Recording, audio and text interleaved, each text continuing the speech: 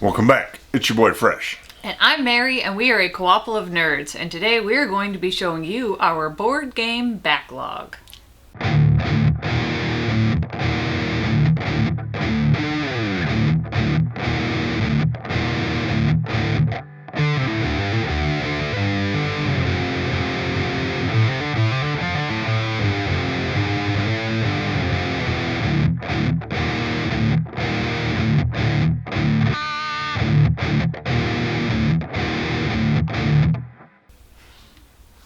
So basically this is a series where we take a look at 6 games in our collection and see whether or not they have earned their spot in the collection, because somebody bought too many Kickstarters. Alright, so up first we got Prohibitionists. So this is a cooperative card game in which you are trying to take down bootleggers. And so it's kind of an interesting mechanism. There's like 5 different suits, basically, like violence, investigation, subterfuge, and there'll be these villains or circumstances out on the board, and they each have basically a toughness value, and you need to put cards down and reach that toughness value. But the key to this game is being able to like get right up to that edge right before you defeat them, and then drop a big one on it, so that way you can use sort of the overflow to help take out. There are certain cards that prevent overflow, but you do get overflow. But the overflow can only go in one place, and it has to, I believe the overflow has to wipe them out, or else you can't use it, right? Right, yeah. The overflow has to be big enough to kill the other one. So where this game kind of falls apart is, I think you get 5 cards in hand. Does that sound right?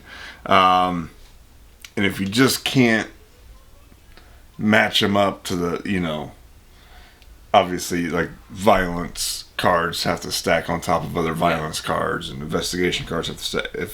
If you're just so separated out, or if you have like only one suit and that suit doesn't work, or there are certain cards that'll prevent certain types of suits, that's where it gets out of hand. But it's only a deck of cards, so I think this one can stay. And we'll put it in the little travel thing. This does have individual player powers. Yes, the only disappointing part about the individual player powers is that you only get to use it once. Yes. Throughout the whole game. So your card has the player power on it, and then once you've used that player power the one time, then you have to flip the card over, and that's it. Yeah. Which kind of sucks. Yeah. Like, just once? Now it does have like one of your player powers you can use as many times, but once you use the big 10 side, that's when it cancels out. Alright, up next we got Rush Hour. So to call this a board game was probably a bit of a push, but we did buy it in a board game store. Right. Yeah. I mean, all the board game stores have it. Yeah. Basically it is a puzzle game in which you're trying to slide cars and trucks. They're on a rail, so you can't move them like diagonally. You slide them up or slide them across, depending on how they're facing. You slide them enough times, that way the red car has a clear path off the board. That sounds a lot easier than what it sounds. You mean in how it plays? Yeah, in how it plays, yes. Because when you actually play it, then you're like, this was challenging. This was actually challenging, because especially when you get so many cars on the board. It's not like you can lift up the cars. It's not like there's some rule where you can jump over. You got to be able to slide the cars around in such a way to get the red car off of the board. And once it's facing that direction, that's the only way it can go. And it can get tricky. It is tough. On the back of every card has the solution, so... Oh, it does? I didn't even know that. I was sitting there really like, there's no way to solve this. This is unsolvable. And I should have just looked on the back. Or you could be like Grace and just smash through the rest of the cars and get off. So, Okay. This one will go to Goodwill. I don't think it has much replay.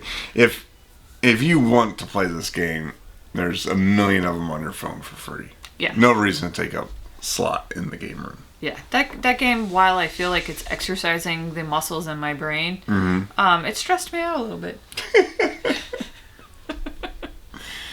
Up next, Point Salad. So this is a drafting game in which you either draft 2 veggies or 1 way to score veggies.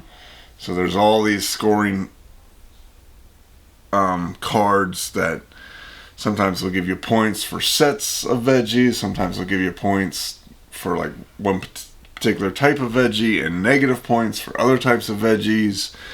Every single card in the game has 2 sides. 1 way to score and then 1 is just the veggie. And all you're doing is just drafting. There's a little bit of beauty in its simplicity. Yeah, it's super simple. Right. It's actually pretty darn fun. It's set collection, Right, yeah. Yeah, you're just drafting, collecting sets, trying to match whatever scoring tiles you have. You can flip your scoring tiles into veggies if that particular path wasn't working for you. You can, adjust gears. But you can't do it the other way around. Yes. So, and you only get to flip it once. So, if later on you decide, I think I do want these points, you can't do it. But yeah, we've played that a couple times with both our board game groups, and I think both times it's been a hit. So. Yeah, I think this is a really great game for depending on the scenario. Like if you want to play a board game with people who aren't used to like big heavy board games, but you still want to play a board game. Like it's obviously not a board game, it's a card game. But still, as a card game, like this is a fun game to play with a group of people who maybe aren't big into the bigger games. But also, it's kind of a nice, if you wanted to, in between games. Sometimes we play some really heavy games, and maybe you just want something a little lighter in between to kind of clear your Cleanse mind. the palate, yeah. Yeah. It's like the ginger of sushi. Yeah. So it's perfect. I like having it. And it's a small small little box. We do have its sequel, Point City, so eventually we'll hit that one. Alright, so that one will keep around. Up next, we got Pathogenesis. So this game is a little bit of everything. You can play it like straight up versus. You can play it cooperative. You can play it teams. But basically, you are bacteria, and you are, as a deck building game, attacking 3 different immune tracks. So there's like lungs, belly, and tissue. Yeah. And the body is trying to kill you, and that immune system is bonkers. It's gonna wreck your stuff. Yeah.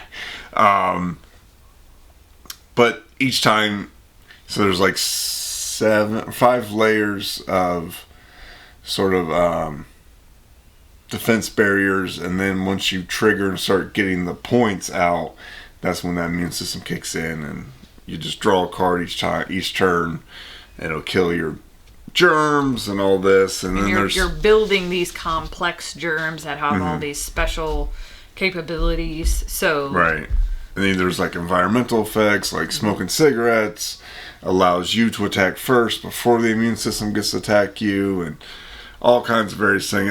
I think I would put this more in an edutainment game. Like if you read the cards, it describes in detail like bacterial infections and treatments and what they proteins, specific proteins they get, and the scientific name for them. Yeah, it is. Yeah, I think Mary likes this one more than me because she is interested more in medicine. I think if you paint this as goblins fighting dragons, and like, so instead of picking up different proteins, you're picking up different weapons, or armor or whatever. Then it's just another deck building game. Right, this, for me, is a lot more fun because of the theme. Yes. So, we tried not to talk about some of these beforehand. So, is Pathogenesis on your Keep collection? Yeah. Like I said, I knew you liked it more than me, but... What's really weird is it's been a long time since we played it. Mm-hmm. Oddly enough, when we started playing it again, I remembered it pretty well. Yeah. But it had been a really long time since we played it, and then when we picked it up to play it again, I was like, I remember this being really, really hard, and I remember hating it. But then we played it again, and I'm like, no, I actually really like this. Yeah. It's definitely a different spin on a board game. Yeah. I wouldn't say we have many edutainment games. No. Like Marvel Zombies and Pathogenesis, probably only two. Alright, up next, Quacks of Quedlinburg. Mm-hmm. So this is a bag building game in which you are brewing potions and to sell at a fair or something, and competing with other potion builders. And so you're gathering these ingredients, and you draw these ingredients blindly out of a bag and add them to your pot or whatever it is, cauldron. And then there are, I don't know, like 7 of these exploding. So once, and then each of those tokens have a different value. It's 3, 2, or 1. And if your potion exceeds basically 8 or higher, they have it like 7 is okay, but once you hit 8, it explodes. Yeah, greater than 7. So there's a push your luck mechanism in which you think, okay, well, I got all of the 1s and 2s, so I'm at 7.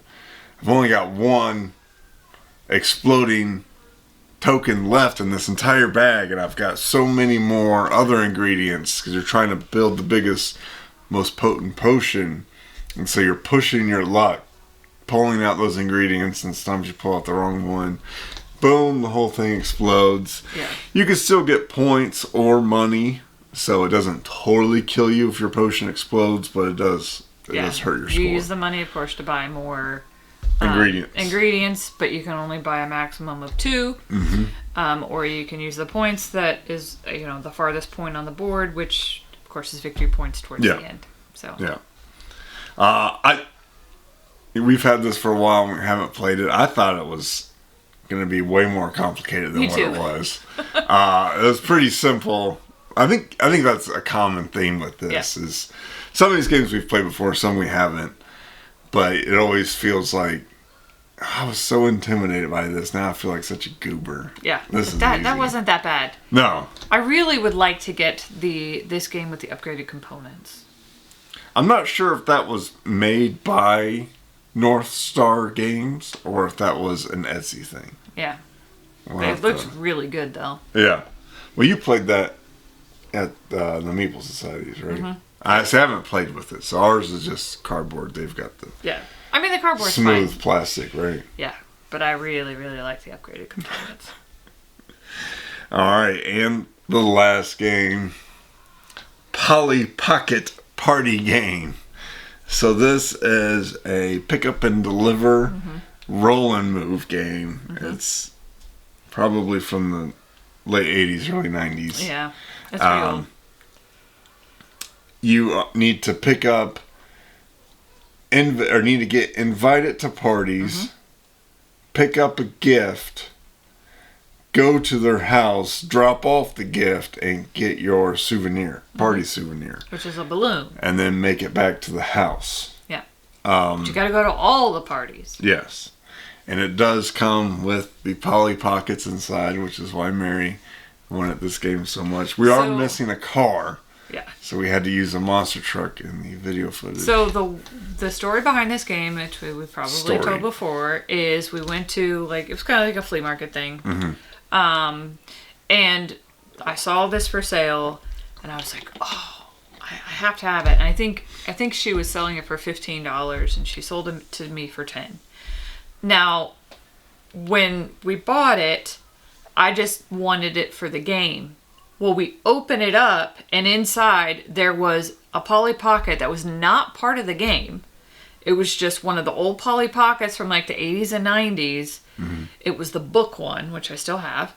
And that alone was worth $30 or more at the time. I don't know now. And it still had the little person with it too, which is pretty valuable. If you're a Polly Pocket hunter, finding the people still, that's the hardest part about Polly Pocket collecting. So I think we had all 4 people who were just missing the car, right? Correct. Yeah. One of the car, I think it was like the cat car or something. Something weird. So I think we just grabbed one of Georgie's little cars. Yeah, so we used Georgie's monster truck. And just put Polly in there. Yeah. Obviously this game is trash, and we're just going to throw it in the trash. It's nostalgia, and it's nostalgia, and it's part of the few Polly Pocket. I have a lot of Polly Pocket things. Sorry. I like my Polly Pocket things. There is, I was talking to Do You Nerd about this, but there is a Polly Pocket that I found, and I have not since been able to find it, but at one point in time I found a Polly Pocket that was solid gold. I think it was like $500 or something crazy like that. And it was a necklace, but it was a real Polly Pocket. It like opened, and it was a little one, and... Wow. Yeah. I don't think it wasn't made like in the 80s and 90s. Right. Yeah. So it was made in modern. It was a modern thing, but for the nostalgia of it. But it was real gold. No. So you want to get rid of that one? Get rid of Rush Hour. So it looks like the only one we're getting rid of is Rush Hour. Yeah. You didn't do very good this month. I'm sorry. It's my fault. I want to keep all the games. All right, well, let us know down in the comment section if you've played any of these, if any of these look good, and we'll see you next time. Bye-bye. Hey, Pumpkin. Mm-hmm. Georgie said I smell like dirty sunglasses. Should I feel bad?